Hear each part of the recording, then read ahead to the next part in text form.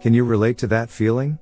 A whisper in your mind, a sense of presence, a feeling that something greater is speaking to you. Some call it intuition, others label it inspiration, and many believe it is the voice of God. But what if this divine communication isn't just a matter of faith but is intricately woven into the very fabric of our biology? What if our brains are marvelously designed to connect with the divine?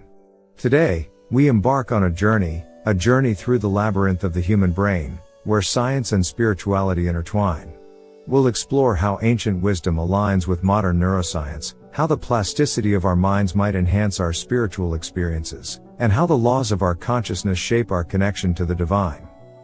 Hello, eternal souls. Just a soft reminder, if you're finding this journey as fascinating as I am, consider subscribing to the channel. Your support means the world to me and helps me continue this exploration of the mind, spirit, and everything in between. Join me on this journey of discovery, and let's unravel these mysteries together. Throughout history, countless cultures and religions have described experiences of divine communication. Moses and the burning bush, Muhammad's revelations, the Buddha's enlightenment under the Bodhi tree, these profound moments have shaped human history. But what if we could peer beneath the surface of these experiences to understand what is happening within the brain? Recent advances in neuroscience have allowed researchers to study the brains of individuals during spiritual practices, meditation, prayer, chanting, and even moments of mystical experience. Dr. Andrew Newberg, a pioneer in the field of neurotheology, has used brain imaging to observe how these practices affect brain activity. His studies reveal that during intense spiritual experiences, there is a distinct shift in brain function. The prefrontal cortex, the seat of focus, attention, and decision-making, lights up. This is not surprising, as deep meditation or prayer requires intense concentration. However, what's more fascinating is the reduced activity in the parietal lobe, specifically in the area responsible for our sense of self and spatial orientation.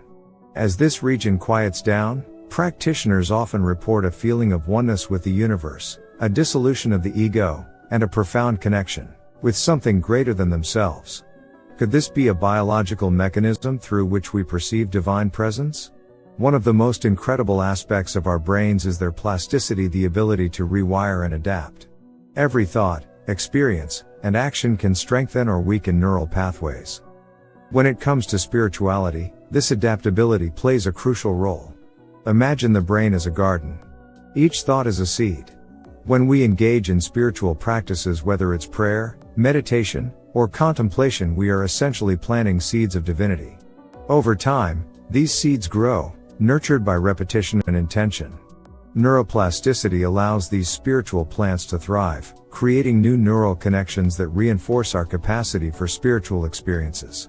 Studies on long-term meditators have shown increased gray matter density in areas of the brain associated with empathy, compassion, and self-awareness. This suggests that regular spiritual practice doesn't just change how we feel but fundamentally reshapes our brains, making us more attuned to divine communication. Words hold tremendous power, not just in a metaphorical sense but in a deeply neurological way. When we pray, chant, or recite affirmations, the vibrations of these words resonate through our being. They activate the language centers of our brain, such as Broca's and Wernicke's areas, but their influence doesn't stop there. Words charged with spiritual significance can trigger emotional responses, engaging the limbic system, the brain's emotional core. This interplay between language and emotion can create powerful spiritual experiences. It is why sacred texts, hymns, and prayers have such a profound impact on believers. The combination of language, intention, and emotion forms a triad that opens pathways in the brain, making us more receptive to divine inspiration. Additionally, the emotional state we are in when we connect spiritually matters. Feelings of gratitude, love, and humility activate the brain's reward centers, releasing neurotransmitters like dopamine and oxytocin. These feel-good chemicals not only enhance our mood but also deepen our spiritual experiences, creating a positive feedback loop that reinforces our connection to the divine.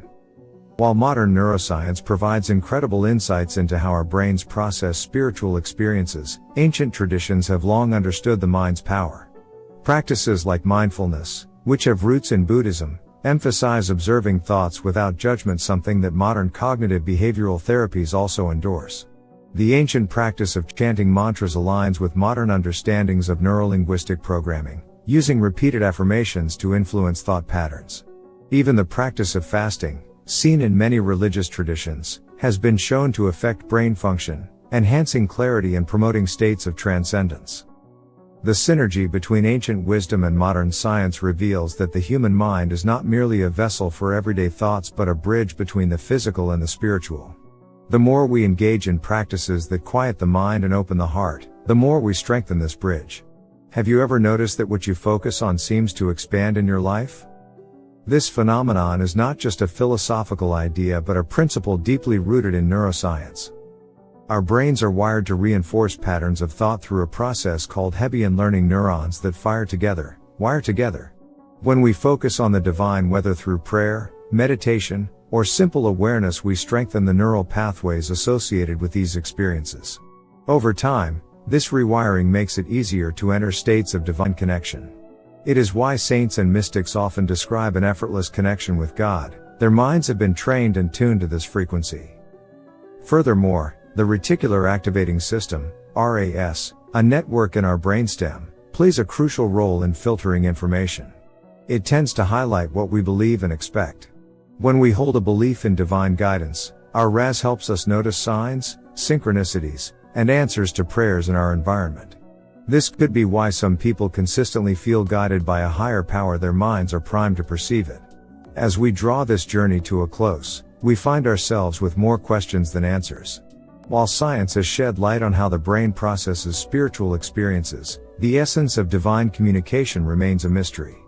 Perhaps this is the beauty of it, that our brains are not only capable of profound spiritual experiences but are also designed to leave room for wonder and awe.